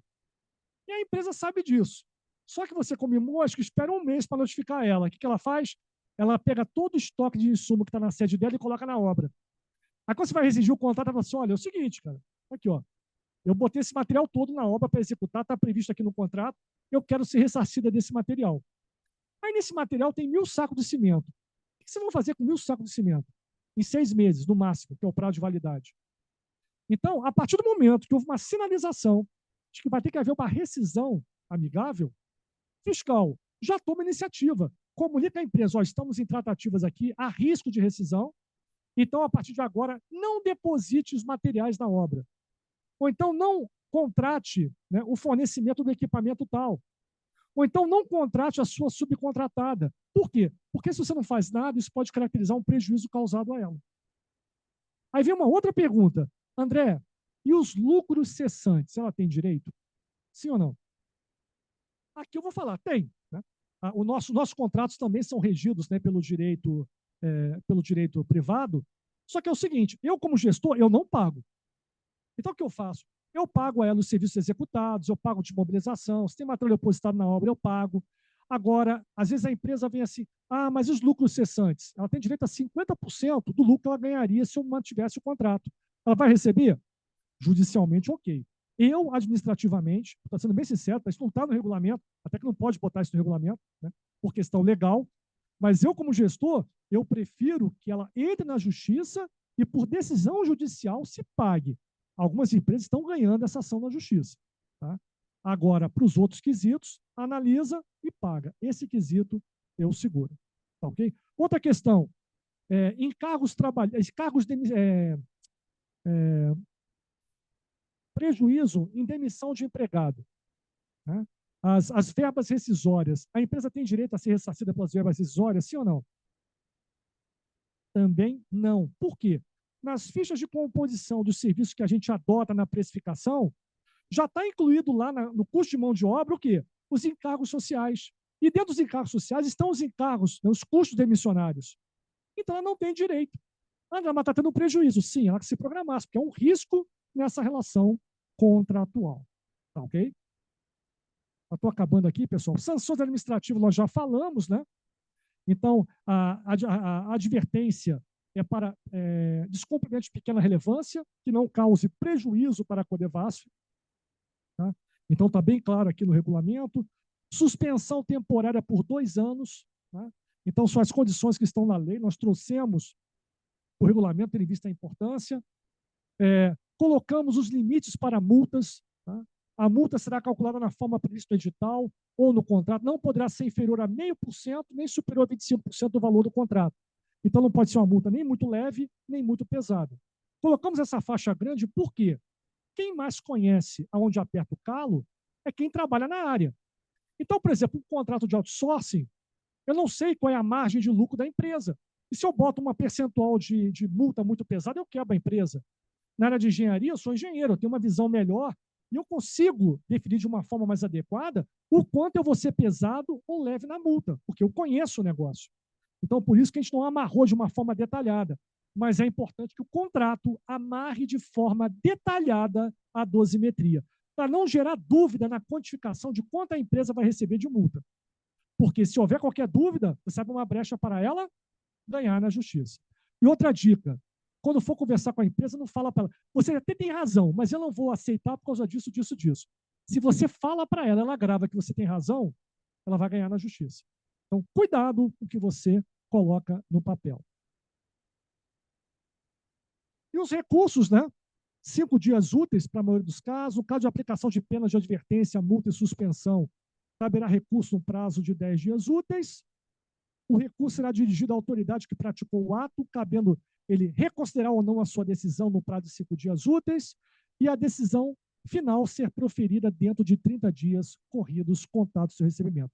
É claro que a gente não detalhou o processo do regulamento, foi até um acerto com o pessoal, né, que trabalhou no regulamento aqui internamente, mas é importante que pelo menos cada setor ou cada diretoria, né, tenha, vamos dizer assim, um bom detalhamento do processo sancionatório, regulamentado, para que ele seja bem aplicado e obtenha o êxito na aplicação da penalidade, que não é quebrar a empresa, mas garantir que a obra seja executada no prazo, com qualidade e no valor acordado. Então, pessoal, eu vou voltar aqui, tá? Isso aqui é para registrar a presença. Aqui é para avaliação do evento, tá? E a minha mensagem final aqui para vocês: a omissão é a pior das falhas, não tenho medo de inovar. Boa sorte a todos, muito obrigado. E vamos agora para as perguntas. Pessoal, a gente vai abrir agora a oportunidade de quem quiser estar no presencial perguntar alguma situação. Quem está online também pode fazer a pergunta abrindo o seu microfone. E o Robson vai fazer as perguntas que vieram via chat para o nosso professor, doutor André, responder. Pode fazer, Robson, uma a uma, enquanto a gente vai esperando o pessoal que está conectado na superintendência online se manifestar também. Pessoal, eu sei que tem gente aqui da auditoria, né? Pessoal do jurídico. Às vezes a pessoa fica meio assim, né? Melindrado de fazer uma pergunta. Então, tem 2 dicas. Ou fala assim, olha, o amigo do primo meu, em outra estatal, passou por isso. O que você acha? Ou então é o seguinte, né? Quem quiser depois, através das minhas redes sociais ou pelo Instituto Protege, né? Através da fiscalização, entrar em contato, que eu tento, da melhor forma possível, responder as perguntas posteriormente também, sem nenhum problema. Tá? Robson vai fazer as perguntas enquanto o Pedro gira o microfone para o pessoal que está no auditório, tá bom? Só ressaltando a situação, o professor falou sobre o que a gente usa o Comprasnet, né, que é o ambiente do governo para compras federais. Então, lá tem algumas particularidades de prazo. Por exemplo, a gente, para bens comuns, o nosso prazo seria 5 dias úteis, mas lá no Comprasnet a gente não consegue colocar 5 dias úteis, a gente coloca o mínimo de lá, que são 8 dias úteis. Isso é só um exemplo prático de que a gente está observando o mínimo legal dentro da Codevasf, mas a gente tem limitação de sistema, a gente obedece o sistema. Então, prazos como esses, a gente vai estar afinando com vocês, mandando instruções normativas, como proceder para ficar registrado e você ter segurança no processo licitatório. Tá? Mas são particularidades da Codevasf com o sistema que a gente usa. Você pode fazer as perguntas para o professor, tá? Por favor. Professor, são vários temas, mas os principais é sobre EATP, credenciamento, diálogo competitivo. Eu vou relacionar aqui. Do diálogo competitivo, está previsto no RIO? Olha, o diálogo competitivo é uma ferramenta muito interessante que regulamenta algo que a TI já usa há muito tempo. Então, vamos supor, eu vou desenvolver um sistema aqui informatizado de controle de acesso vinculado ao ponto dos empregados. Bem, o pessoal da TI, apesar de conhecer de TI, não sabe as peculiaridades desse sistema. E que na prática o pessoal fazia? Vou chamar empresas aqui, vou me reunir, né, e nós vamos tratar desse assunto de que forma? Vamos pegar as contribuições e fazer um bacalhau, né? Uma empresa A deu a ideia tal, eu vou incorporar, a empresa B deu a ideia tal, eu vou incorporar. Só que é o seguinte, pessoal, isso vale para as estatais e vale para a administração direta. Se uma empresa participou da elaboração do termo de referência ou do projeto básico, ela não pode participar da licitação da execução do objeto. O que as empresas costumam fazer? Ou botam um laranja para dar sugestão, ou botam um laranja na licitação. Aí causa uma bagunça, porque isso é totalmente irregular. Então, para poder resolver esse problema, a nova lei de licitações trouxe o diálogo competitivo, que é um mecanismo em que as empresas elas participam de um processo, através de um chamamento, onde elas vão apresentar possíveis soluções para um problema que eu estou vivenciando. E com esse processo, né, depois que eu defino a solução com elas, eu abro a licitação para a escolha da melhor proposta. E elas não estão impedidas de participar desse processo. Então, esse é um mecanismo que é interessante. A gente colocou no regulamento, né? Na verdade, tirou, na verdade, não tem essa previsão no Rio da Codevasf. Mas é o seguinte, várias estatais estão adotando, mas aquilo que a gente falou, né? Se vocês observarem que outras estatais estão adotando, que é uma ferramenta interessante, né? Propõe depois. Nada impede a atualização. Na verdade, Exatamente. o documento ele é mutante a cada momento que a gente vê a possibilidade de melhoria, a gente vai alterando. Claro que não pode ser feito de um dia para o outro, requer um estudo para ver a viabilidade, mas a cada ano a Secretaria de Licitações, junto com seus rebatimentos, está estudando o assunto e regulamentando no seguinte. Por exemplo, Marketplace também é outra ferramenta que o pessoal tem colocado nos regulamentos. Algumas estatais estão colocando de forma detalhada, outras estão botando uma brecha para que seja regulamentado.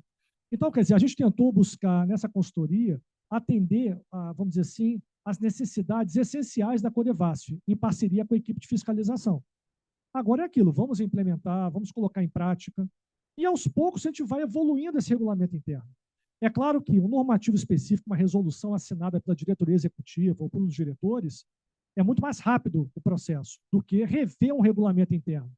Mas com o amadurecimento da implementação desses dispositivos aqui, é claro que vão surgir ideias, né, para aprimorar ainda mais o regulamento. Aí nada impede de uma nova revisão, né, incorporar essa ferramenta, outras ferramentas também, né, de tal forma que passa para um novo processo de análise do jurídico, avaliação do Conselho de Administração e posterior aprovação. Duas perguntas do tema credenciamento, que é o uso para apoio à fiscalização, se é possível, e se é possível também para algumas situações de sistema de registro de preço. Vamos lá, apoio à fiscalização. Tem uma série de atividades acessórias que eu tenho que ter para fiscalizar bem. E muitas vezes a gente não tem uma supervisora contratada para acompanhar a obra. Por exemplo, eu tenho que fazer ensaio de solo, eu tenho que fazer topografia, eu tenho que fazer sondagem, né? Então, tenho duas saídas. Ou eu uso a ata de preço, onde eu dou baixa na ata, né, para contratar aquele serviço e a empresa executa, ou eu posso fazer também a contratação por credenciamento. Eu, particularmente, prefiro o credenciamento. Por quê? Quando eu faço uma ata de preço, eu ainda tenho uma fase de disputa, eu não tenho a garantia de que aquela empresa vai executar de forma adequada o serviço, e muitas vezes eu posso ter dificuldade, né, de colocar outra no lugar dela, diferente do credenciamento. Eu tenho lá uma fila de empresas contratadas, há uma questão que eu não falei. André, o credenciamento pode ser pessoa física? A legislação não cria nenhuma restrição à pessoa física. Nós não entramos nesse mérito no regulamento, mas eu não recomendo edital com pessoa física. Por quê? Por riscos trabalhistas. E outra, na nossa área, os engenheiros que atuam no mercado, todos são PJ. Então, coloca lá, né, os PJs lá em fila para prestar o serviço. Então, por exemplo, tem que fazer muita sondagem, eu tenho que fazer batimetria. Faço um credenciamento de batimetria. Até porque eu nunca atuei aqui na Codevasf, mas lá no DENIT, a diretoria hidroviária passou um problema sério, porque a gente recebeu vários contratos de dragagem, né, de portos, e os contratos foram iniciados sem a batimetria. Aí, conclusão, como é que eu faço uma medição de dragagem sem ter contratado antes a batimetria? E vocês sabem melhor do que eu, que se eu faço uma dragagem parcial e depois eu vou verificar o serviço depois de um tempo, eu não consigo definir de forma precisa o que foi feito. Aí fica naquela, pô, eu estou com um contrato, mas atrasou o contrato da supervisão para fazer a batimetria, aí eu concluí o contrato da supervisão, mas a empresa de dragagem desistiu desse contrato e eu fico com aquele processo parado. Então, eu agilizo o processo fazendo o credenciamento, por quê? Credenciei. Vou começar a obra, aciono o credenciamento. A empresa não atendeu, né? Rescindo aquela ordem de serviço, dou outra ordem de serviço para a segunda que está na fila e automaticamente eu já vou ter disponível, muito rápido, uma nova empresa contratada para fazer aquele serviço. Então, para algumas atividades, a tese de preço se aplica, se adapta perfeitamente, mas, particularmente, eu prefiro o credenciamento para essas contratações. Em caso de contratação de serviços de consultoria, pode pagar valores de salários menores do que os contratados, do que o definido? Olha, é uma questão trabalhista. Eu não posso permitir nos meus contratos o pagamento, né, vamos dizer assim, de hora trabalhada por um valor menor do que o piso salarial. Então, é claro, depende da consultoria, mas eu estou interpretando que seria consultoria na área de engenharia, né? Eu acho que foi algo no sentido do licitante apresentar um valor na planilha quando da licitação e na hora da execução pagar um valor menor para o contratado dele. Vamos lá. Acho que faz sentido. Eu tenho que tomar cuidado, por quê? A nossa maior responsabilidade solidária e subsidiária são nos serviços continuados com dedicação exclusiva de mão de obra ou predominância de mão de obra. Isso já está na doutrina e a nova lei de licitações, apesar de não estar nas estatais, já traz isso na sua literalidade. Então, se eu tenho um contrato, por exemplo, de manutenção predial, de cooperagem, de segurança, eu não posso permitir, em hipótese alguma, que aquele profissional receba um valor menor do que o piso salarial. Agora, contrato de consultoria é contrato por escopo, não é serviço continuado. Então, eu tenho um produto que vai ser entregue. Eu tenho que verificar o seguinte, dentro da composição daquele produto, boa parte é hora trabalhada.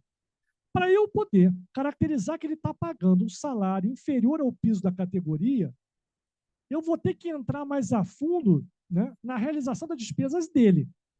Aí eu pergunto, é o caso? É o caso vamos dizer assim, eu entrar nesse processo e pegar essas informações? É claro que se houve uma denúncia, independente de ser um contrato meu ou não, eu tenho que levar adiante essa denúncia. Agora, eu como fiscal, começar a entrar, né, enquanto ele está pagando de salário para cada profissional, se eu contratei por escopo, né? Aproveitar aqui Supondo que seja um engenheiro, piso R$9.000. Perfeito. Ele coloca na licitação que vai pagar 15, paga 12. Está acima do piso, mas está abaixo do que ele propôs. Pode? Vamos lá. Primeiro, em contratação de consultoria, eu contrato hora técnica, mas não necessariamente está entrando o preço que eu vou pagar do salário daquele profissional. Então, por exemplo, eu vou contratar 100 horas técnicas, a R$20.000 a hora técnica. 20 mil vezes 100, beleza, está lá. R$200.000. Agora, vamos lá. Como ele vai realizar a despesa, eu não vou entrar nesse mérito, é com ele. Se lá, né, na composição de custos dele, ele botou, né, ele apresentou a composição porque a Codevasf exigiu a composição de custos. Ele botou que a hora do engenheiro lá, do consultor, é R$10.000. Mas ele, de fato, está pagando 5, 6, 7, 11, 12, é problema dele. Eu não vou entrar nesse mérito, porque é um contrato por escopo. Já aconteceu no passado. Até porque é o seguinte, a coisa mais difícil que tem, pessoal, é provar que um preço é inexequível. É fácil para a empresa provar a execuibilidade de um preço inexequível.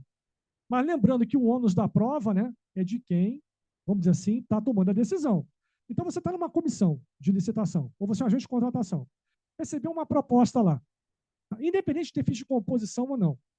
Como é que eu demonstro que aquele preço é inexequível? André, o preço está muito baixo. Pessoal, preço muito baixo não caracteriza preço inexequível. Vou dar um exemplo que eu vivenciei lá no Exército. Na época, em 2005, 2006, o Exército fez bastante obra de execução direta, em parceria com o DENIT. até com a Codevasf, né, com a Infraero. E o que aconteceu? A gente foi comprar, todos os equipamentos estavam muito novos, estavam na garantia. A gente foi comprar peça genuína, por desconto de tabela. Então, fizemos o pregão, eu era da equipe de apoio, eu não era o pregoeiro. Aí, na hora, apareceu uma empresa, naquela época era presencial, né? Estamos velhos, né? Era presencial, apareceu uma empresa lá dando desconto muito grande, tipo assim, 30% do valor de tabela. Aí os outros licitantes falaram assim, olha, esse preço é inexequível. Por quê? Não, porque o desconto que ele está dando é maior do que o desconto que o fabricante, a Caterpillar, dá para a gente. Isso é preço inexequível? A princípio, sim. Só que é um detalhe. Essa empresa ela tinha muito estoque de peças oriundo de grandes obras em fase final. As empresas construtoras em fase final de obra têm muito estoque de peça de alta mortalidade. Ele ia lá e arrematava com 50% de desconto. Aí eu fiz a seguinte pergunta para ele, mas vem cá, ok, né? E se eu precisar de uma peça que você não tem em estoque? Eu compro do fabricante. Ela vai comprar por um valor maior? Sim, porque como eu tenho muita peça de alta mortalidade, a probabilidade de você precisar das peças que eu tenho é muito maior. Então, no total, eu vou estar ganhando. O meu preço não é inexequível. E aí, foi desclassificado? Não. Cumpriu o contrato à risca. Todas as peças solicitadas ele entregou. Então, cuidado.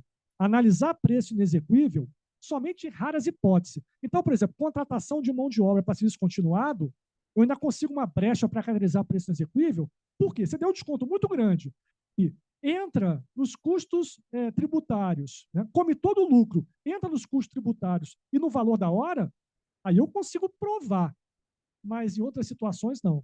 Essa empresa podia estar mentindo? Podia. Como é que eu provo que ela está mentindo?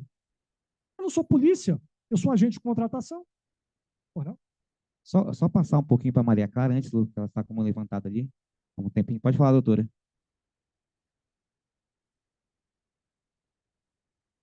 Boa tarde, Boa parabéns tarde. pela palestra. A respeito da dispensa do contrato em caso de pronto pagamento e sem obrigação futura, não poderia se utilizar o princípio da razoabilidade, da economicidade, nos casos em que, um exemplo específico, verdadeiro, é um contrato de 1 ano com pagamento mensal de R$ 35, dá R$ 520, 520 em 1 ano. Não poderia utilizar pela economicidade, vamos dizer, acho que artigo 70, 71 da Constituição Federal, eu não vou fazer um contrato desse e substituir só pela ordem de serviço. Olha, eu concordo que nessa excepcionalidade ficaria descabido você botar um contrato, até mesmo porque o custo para elaborar, analisar e manter esse contrato, né, só a hora de análise do jurídico já ia cobrir o valor do contrato o ano inteiro. Só que a gente sentiu um certo desconforto, porque quando a gente faz uma regulamentação baseada numa excepcionalidade, aí o que acontece? Vou ser bem sincero, o pessoal acaba usando a excepcionalidade como regra. Vou dar um exemplo de algo totalmente diferente. Nas minhas aulas de licitações, a primeira vez que eu falei e era possível aditivar mais de 25% do contrato, baseado numa decisão do TCU, que em caráter excepcionalíssimo, atendendo 6 condicionantes, uma alteração qualitativa, você podia alterar o contrato e acrescer mais de 25%, 2 alunos falam assim, André, então tem uma regra para aditivar além de 25%? Eu falei, não é regra, é exceção à regra. Aí eu parei de falar sobre essa decisão nas minhas aulas. Então, quer dizer, você botar de uma forma geral no regulamento essa, vamos dizer assim, essa exceção, a gente ficou desconfortável. Mas eu, particularmente, eu concordo. Agora, seria interessante, né? Vamos aguardar um pouco o regulamento amadurecer, né? E ver se é possível incorporar essa exceção na regra do regulamento. Mas hoje, não está. A gente foi até um limite que a gente considerou adequado. Quer ver um exemplo? Capacitação. Capacitação é pronta entrega? Eu contratei uma capacitação de 2 dias. Veio o professor aqui, deu 2 dias de curso. No final do curso, né, foi feita a lista de chamada, foi entregue os certificados. É pronta entrega? É. Vários órgãos adotam contratação de capacitação sem contrato. Eu fiz uma capacitação aqui para a Defensoria Pública em Brasília, né? Aí eu pedi um contrato. Não, André, é sem contrato. É só com empenho. Por quê? Eles consideravam pronta entrega. Eu executei o serviço, né, a aula, 2 dias de aula, emiti os certificados, listas de presença, concluiu, eles efetuaram, né, a liquidação e o pagamento. Então, quer dizer, a gente deixou uma brecha boa no regulamento para essas situações. Agora, essa situação realmente ela é excepcionalíssima. E concordo, pelo princípio da razoabilidade, não teria razão, uma ordem de serviço, eu acho que atenderia bem. Mas a gente teria que ver depois, né? Carece atualização e um Sim. pensamento um pouco melhor, mas, via de regra, a situação é contratual e casos excepcionais a gente vai tratando conforme vai aparecendo. E lá na frente a gente ajusta. Luciana quer fazer uma pergunta? Oi, André. Voltando à questão da inexecuibilidade. Eu estou julgando uma licitação de obra, eu sou presidente de comissão, não estou colocando como exemplo, é uma situação geral. Desculpa, inexecuibilidade de proposta? Eu estou com a licitação de obra ou serviço de engenharia julgando. E aí eu tenho aquele critério da lei de usar aquela média aritmética em cima dos 50% ou 70%. E aí eu tenho lá no Excel uma planilhinha que eu faço esse cálculo. Vamos imaginar que a menor preço entrou no limite de corte ali abaixo do preço que seria considerado inexequível. Tá? Foi considerado inexequível. Eu não desclassifico de cara, eu vou pedir... Fazer diligência para ela comprovar a execuibilidade. É super subjetivo julgar isso, né? Na verdade, não é subjetivo. Assim. Na verdade, é fácil de mentir. É só ajustar as composições. Eu posso botar, por exemplo, inclusive no meu curso de orçamentação, eu faço uma simulação, uma ficha de composição, alterando um único coeficiente. Então, o que acontece? Se ele mexe no coeficiente e justifica que a produtividade da equipe dele é 3 vezes maior do que a produtividade dos seus concorrentes, e é um serviço que 60% a 70% é mão de obra e equipamento, ele consegue dar um desconto de 50%. Agora, quando é que eu vou provar que ele está mentindo? Quando ele começar a executar a obra e com aquela equipe ele não atingir aquela produtividade. Mas aí já passou a licitação. Então, pessoal, a nova lei de licitações trouxe um regulamento um pouco mais rígido, 75%. A lei das estatais mantém o regulamento da lei 8666. Né? Quem lê a lei e dá uma interpretação literal, e é comum o pessoal da área técnica interpretar de forma literal a lei, cuidado, a lei fala que é preço inexequível, aquele cujo valor é abaixo de 70% do valor orçado pela administração ou abaixo de 70% da média dos valores superiores a 50% do valor orçado pela administração. Aí você faz o cálculo lá, ele deu lá uma obra de 100 mil, de 10 milhões de reais, ele apresentou uma proposta de 6 milhões e meio. Está abaixo. Né? Ele faça a diligência. Ele demonstra, através de planilhas, que a produtividade dele, né, leva a um preço menor. E aí, o que eu faço? Eu vou auditar as obras dele em andamento, ficar olhando com o cronômetro, ver se ele atinge a produtividade? Não tem como.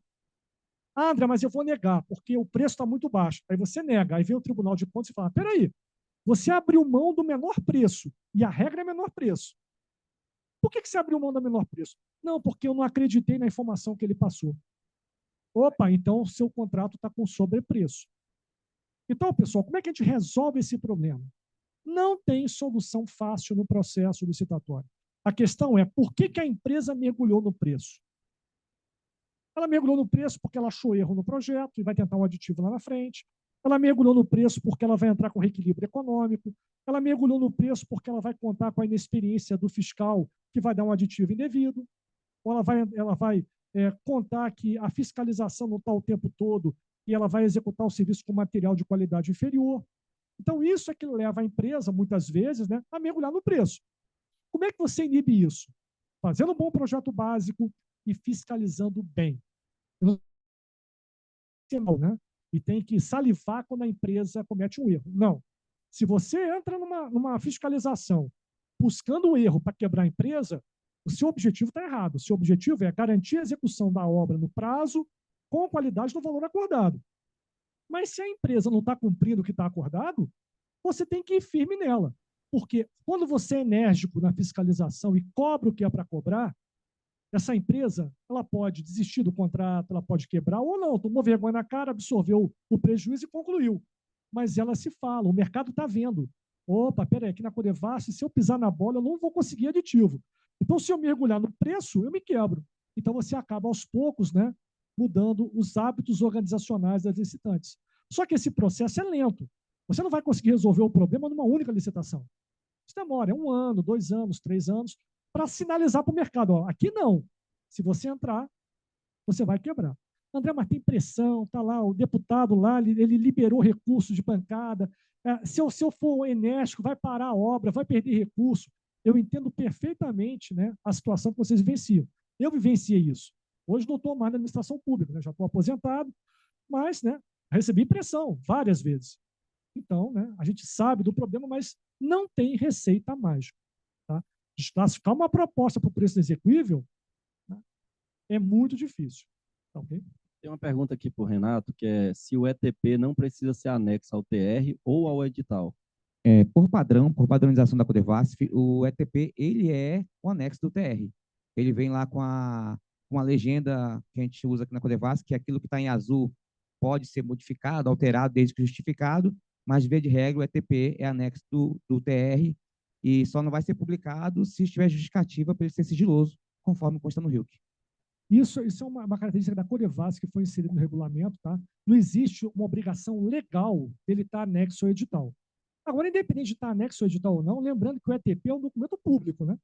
Assim como, por exemplo, a partir de agora a Codevasf vai licitar sem a memória de cálculo das fichas de composição. Tá?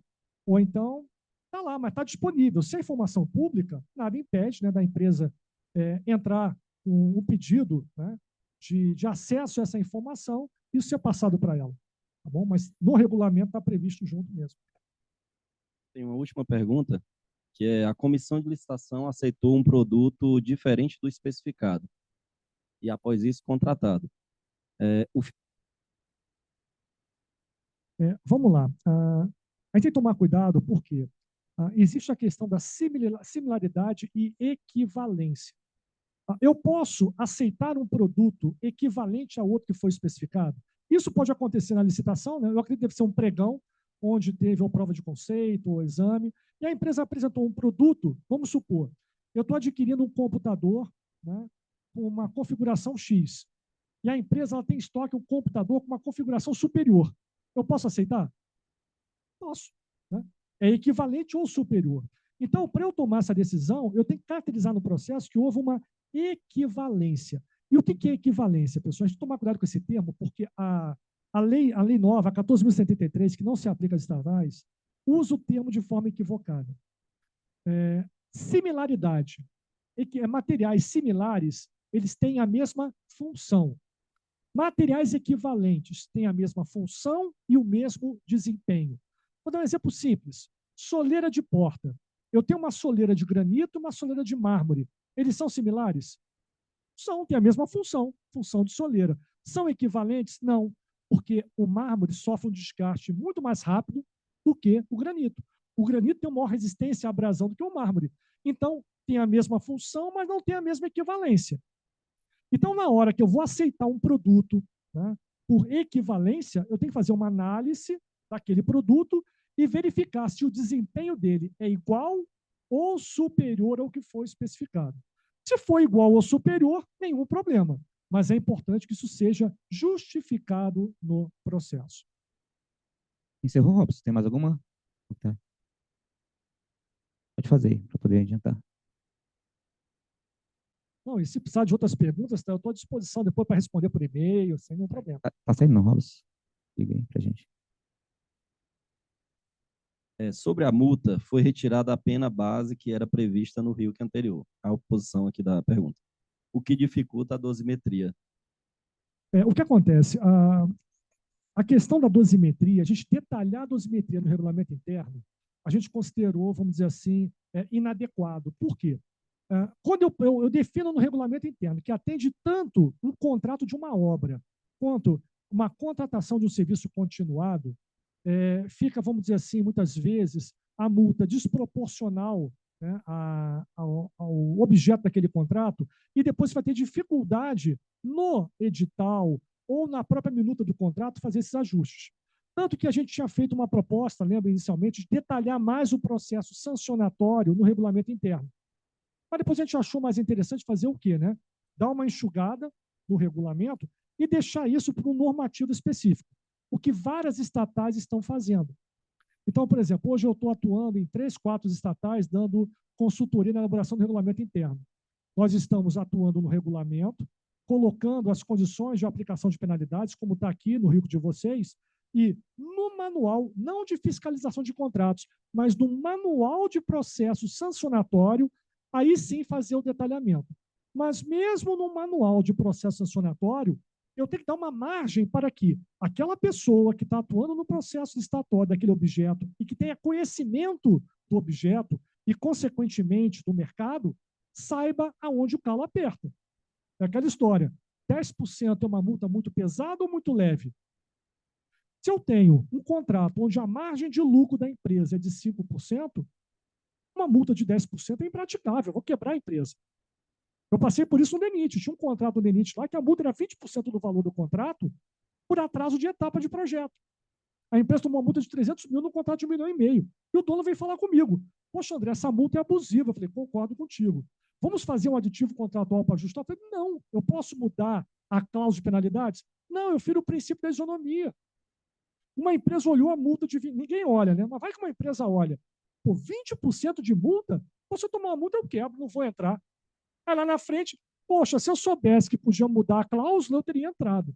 Então, essa questão da dosimetria, pessoal, é muito sensível. E mesmo em contratos de mesmo escopos semelhantes, dependendo do cenário, eu posso apertar mais ou menos a penalidade. Por exemplo, é uma obra altamente sensível. Eu não posso deixar essa obra atrasar. Eu vou ser mais pesado na multa. Eu tenho que ter uma certa flexibilidade de colocar uma penalidade mais pesada. Não, essa obra aqui, olha, lá no mercado as empresas são ruins. Se eu começar a colocar uma penalidade muito pesada e aplicar, eu vou quebrar a empresa. Então, eu vou fazer o seguinte, eu vou dar uma aliviada na multa do contrato dessa região. O escopo é o mesmo, mas essa região aqui, ó, o pessoal trabalha mal. Se eu botar uma multa pesada, eu quebro todo o mercado da região. Agora, aqui não, olha, essa obra é prioritária, é sensível, são empresas grandes, empresas estão acostumadas, né, tem lastro, então eu coloco uma multa um pouco mais pesada. Esse foi o objetivo também, né, da gente não detalhar isso de uma forma muito grande em relação à dosimetria, deixando apenas margens, né, de 0,5% a 25%. Vocês querem complementar? Certinho, Raul? Tranquilo? Encerrado. Doutor André, a gente quer presentear a sua presença aqui, Obrigado. agradecer com algumas lembranças dos 50 anos da Codevasf, tá? Muito obrigado pelo apoio que foi nos dado durante A gente quer chamar a quem execução do puder Rio. aqui, tirar uma foto aqui junto com o É. palestrante. Quem estiver aqui A pedido conosco da pode comunicação. estar conosco para tirar uma foto. É só antes de encerrar, o pessoal que está aí acompanhando a gente, falar que esse trabalho é um trabalho árduo, né? Foram um pouco mais de 2 anos, um ano interno com a comissão na qual a Luciana era presidente, trabalhando, fazendo a coleta de informação interna e começando o escopo do documento, e um pouco mais de um ano a consultoria do Instituto Protege, encabeçada pelo doutor André Kuhn, nos ajudando a formatar o documento final. Algumas pessoas me perguntam, e Renato, está perfeito esse documento? Eu falo, não, perfeito não, mas é o melhor que nós temos. É o melhor que a Codevasf tem, e eu costumo falar bem assim, aquilo que é feito pela gente sempre é o melhor ser aplicado no nosso órgão. Então, acreditem no documento, utilize o regramento, leiam o documento um pouco mais, tirem suas dúvidas com a Secretaria de Licitação, tanto regional como aqui na sede, e comprometimento nosso, toda a equipe da licitação, estaremos